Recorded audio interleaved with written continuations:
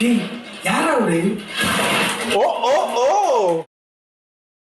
Back to enjoy JK. നമ്മൾ reaction ചെയ്യാൻ പോകുന്നത് റാവഡി എന്ന് പറഞ്ഞിട്ടുള്ള ഒരു മൂവിയുടെ ഒരു വീഡിയോ ആണ്. സംഭവം എന്ന് വെച്ചാൽ നമ്മൾ സ്പെഷ്യൽ ആയിട്ട് കാണുന്നത് എന്താണെന്ന് വെച്ചാൽ നമ്മുടെ ബേസിലൊക്കെ ഈ പടത്തിലുണ്ട്. ഏകദേശം ഒരു റാവഡി ബോയ്സ് ആണ്. റാവഡി ഇൻട്രൊഡ്യൂസിംഗ് ദ ബോയ്സ് എന്ന് പറഞ്ഞിട്ടാണ് സംഭവം ഇട്ടേക്കണത് വീഡിയോ. ആൻഡ് ബേസിൽ ജോസഫ് നമുക്കറിയാം ഇപ്പൊ വെറൈറ്റി ആയിട്ടുള്ള കുറേ പടങ്ങൾ ചെയ്തിട്ട്, പ്രത്യേകിച്ച് കഴിഞ്ഞ വർഷം ഭയങ്കര ഡിസ്കസ് ആയിട്ടുള്ള ഒരു സിനിമയായിരുന്നു പൊന്മാൻ മൂവിയിലെ ക്യാരക്ടർ അജേഷ്. ഇപ്പൊ ഇവൻ സ്റ്റേറ്റ് അവാർഡൊക്കെ ഇനി വരുന്ന സമയത്ത് ഭയങ്കരമായിട്ട് കോമ്പറ്റീഷൻ മമ്മൂക്കൊക്കെ കൊടുക്കാൻ സാധ്യതയുണ്ടെന്നൊക്കെ പറയുന്ന ഒരു റോളാണ്. ആൻഡ് ആദ്യമായിട്ടാണ് തോന്നുന്നത് ബേസിൽ തമിഴിൽ വരുന്നത്. കാരണം വെച്ചാൽ മലയാളത്തില് ആസ് എ ഡയറക്ടറായിട്ട് തുടങ്ങിയിട്ട് ആക്ടറായി, അതിനുശേഷം ആക്ടിങ്ങിൽ വന്നു കഴിഞ്ഞപ്പോഴാണെന്നുണ്ടെങ്കിൽ എപ്പോഴും ഒരു ഇന്റർവ്യൂല് പറഞ്ഞിട്ടുണ്ടായിരുന്നു അല്ലെ, പുള്ളിക്കാരൻ ശരിക്കും ആക്ടിങ് ചെയ്യുന്ന തന്നെ ഡയറക്ഷന് വേണ്ടിട്ട് പൈസ മറ്റേ അങ്ങനെ എന്തൊരു സാധനം പറഞ്ഞായിരുന്നു. പ്രൊഡ്യൂസ് ചെയ്യണം, കുറച്ച് പൈസ, പുതിയൊരു പടം പ്രൊഡ്യൂസ് ചെയ്യുന്നുണ്ട്. അതെ, അപ്പോ അതിന് വേണ്ടിട്ട് പൈസ ഉണ്ടാക്കാനാണ് ശരിക്കും ആക്ട്. ഞാൻ ഏതൊരു ഇന്റർവ്യൂവിലും കേട്ടായിരുന്നു പറയുന്നത്.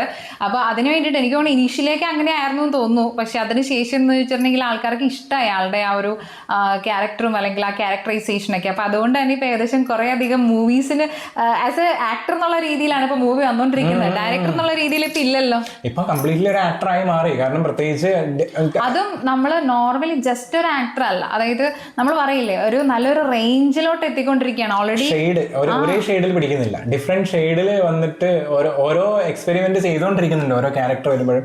കാരണം നമ്മള് മറ്റേ മൂവിയിലൊക്കെ കണ്ടിട്ടുള്ള ജയഹിന്റെ അകത്ത് ഭയങ്കര ഡിഫറെന്റ് ആയിരുന്നു. ഈവൻ നമ്മളിപ്പം പൊന്മാനിലെ ക്യാരക്ടർ പറയുകയാണെങ്കിലും ഭയങ്കര, ഞാൻ അതിന്റെ ഒന്നും പടം കണ്ടില്ലെങ്കിലും പക്ഷെ അതിന്റെ സംഭവങ്ങളൊക്കെ കണ്ടപ്പോൾ മനസ്സിലായിട്ടുണ്ടായിരുന്നു ഭയങ്കര റേഞ്ച് ക്യാരക്ടറാണ്.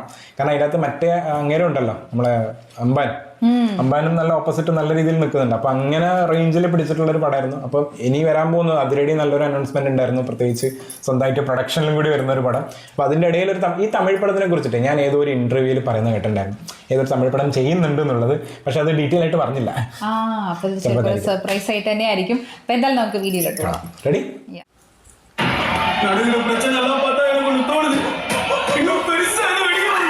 பேக் பெஞ்சர்ஸ் காலேஜே நம்ம கண்ட்ரோல்லடா. நம்மள தாண்டி என்ன நடக்குதுன்னு பாத்துக்கலாம். உள்ள வந்து பாரு, எல்லாம் அடிச்சிட்டு இருக்காங்க. என்னடா இது கேளுங்க.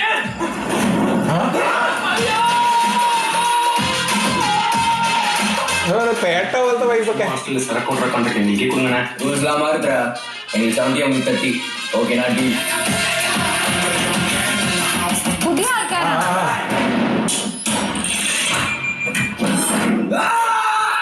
ஹாஸ்டல் வைவாണ്. கெட்ட கனவுல நம்ம கெட்டவங்க கெட்ட கனவு தான் வரும்.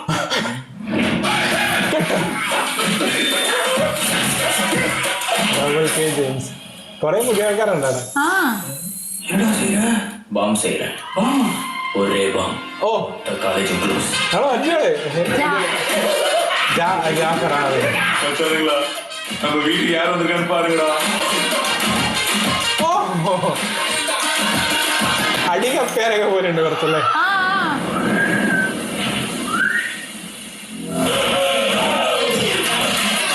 ഹോസ്റ്റൽ വൈബാണ്,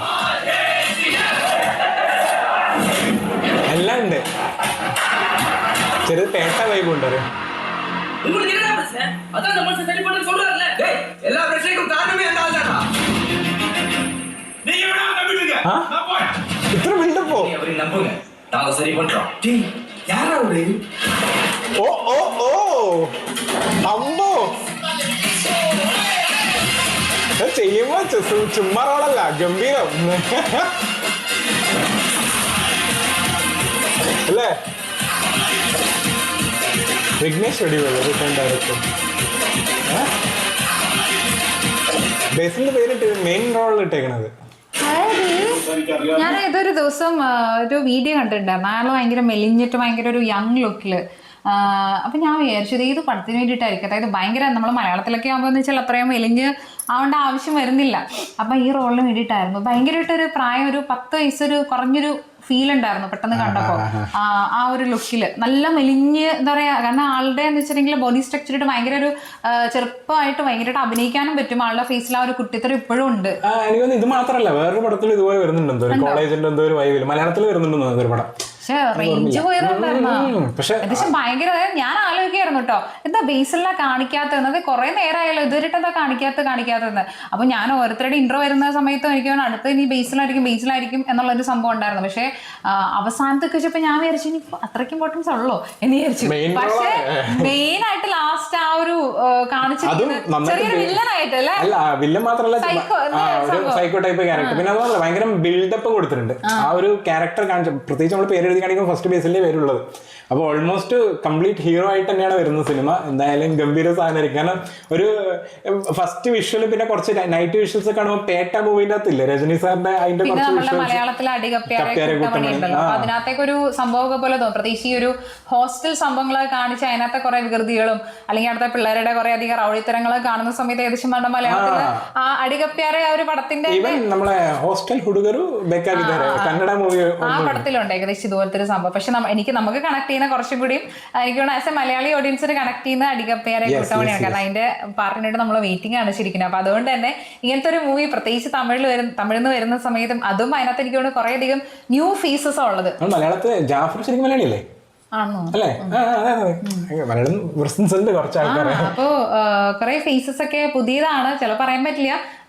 എന്താ പറയാ, ഏതെങ്കിലും പടത്തിലൊക്കെ വന്നിട്ടുണ്ടായിരിക്കും. പക്ഷേ ഈ പടത്തിൽ വരുന്ന സമയം ഭയങ്കര ഒരു ഫ്രഷ് ഫീലും ഉണ്ട്. പ്രത്യേകിച്ച് ഈ ഒരു ഹോസ്റ്റൽ പടങ്ങളൊക്കെ വരുന്ന സമയത്ത് കുറച്ചുകൂടി ഫ്രഷ് ആയിട്ടുള്ള ആൾക്കാർ വരുന്നതാണ് നല്ലത്. അതാകുമ്പോൾ നമുക്കും ഭയങ്കര ഒരു ഫ്രഷ് ഫീൽ തോന്നും. കാരണം കുറേ അധികം നമ്മളിങ്ങനെ കോളേജ് ഹോസ്റ്റൽ പടങ്ങളൊക്കെ കണ്ടിട്ടുണ്ടായിരിക്കും വേറെ ഏതെങ്കിലും പടത്തിലൊക്കെ. അപ്പൊ ഇങ്ങനെ വരുന്ന സമയത്ത് പ്രത്യേകിച്ച് അതിനകത്തൊരു മെയിൻ ആയിട്ടൊരു ഇപ്പൊ ഇതിനകത്ത് കണ്ടിടത്തോളം എനിക്ക് തോന്നുന്നത് ഉള്ളതിലൊരു സീനിയർ ആയിട്ട് ബേസിലാണ് കാണുന്നത് ആ ഒരു ഇതില്. പിന്നെ അതുപോലെ തന്നെ ആൾക്ക് നല്ല മാസ് ഫീലിംഗ് കൊടുത്തിട്ടുണ്ട്. വെറുതെ കോമഡി റോൾ മാത്രമല്ല ഒരു മാസ് എഫക്റ്റും കൂടി കൊടുത്തിട്ടുള്ള രീതിയിലാണ് കൊടുത്തിരിക്കുന്നത്. ഒന്നും രക്ഷയില്ലെന്നും പറയാനില്ല. അപ്പൊ എന്തായാലും waiting for the movie and more updates actually ഈ ഒരു മൂവിയിൽ നിന്നിട്ടുള്ള അത്രയുള്ളൂ. നിങ്ങളുടെ ഒപ്പീനിയൻ കമന്റ് ബോക്സിൽ പറയാം. അടുത്ത വീഡിയോയിൽ കാണാം.